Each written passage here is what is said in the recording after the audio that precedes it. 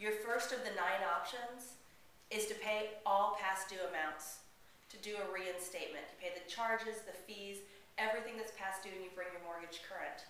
That's great if you have the money to do that. For most people who are behind in their mortgage payment, they can't do that or they wouldn't be behind in the first place.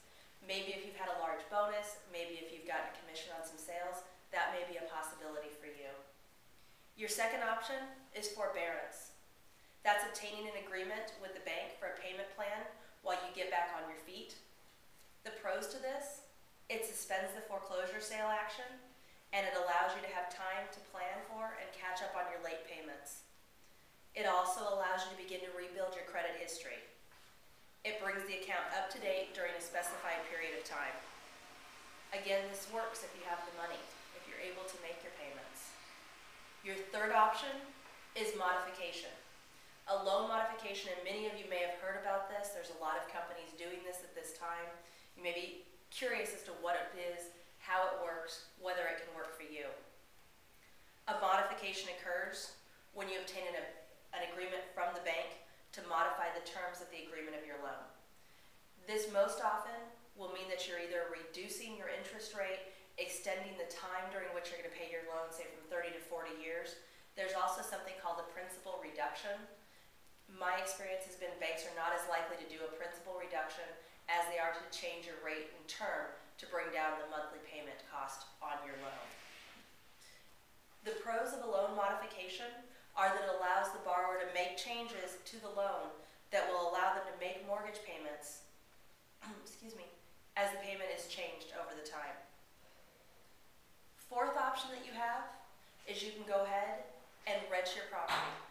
If you have a home that's just become too expensive for you, but you actually have the ability to rent it and not lose much money on the home, then you can go ahead and do that. For instance, let's say you have a mortgage payment of $2,500. You can rent it for $2,400, $2,500, $2,600 and get a smaller home that might be less costly in rent.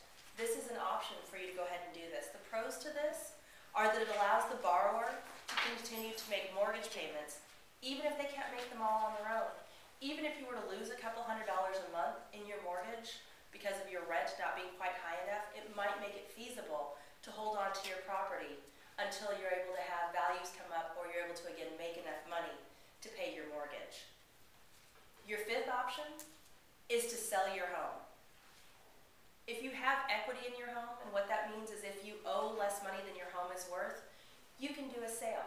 You can take the equity out of that property and use it to potentially pay for a new smaller home or whatever you need to do to take care of it. Again, that will work if you have equity in your home.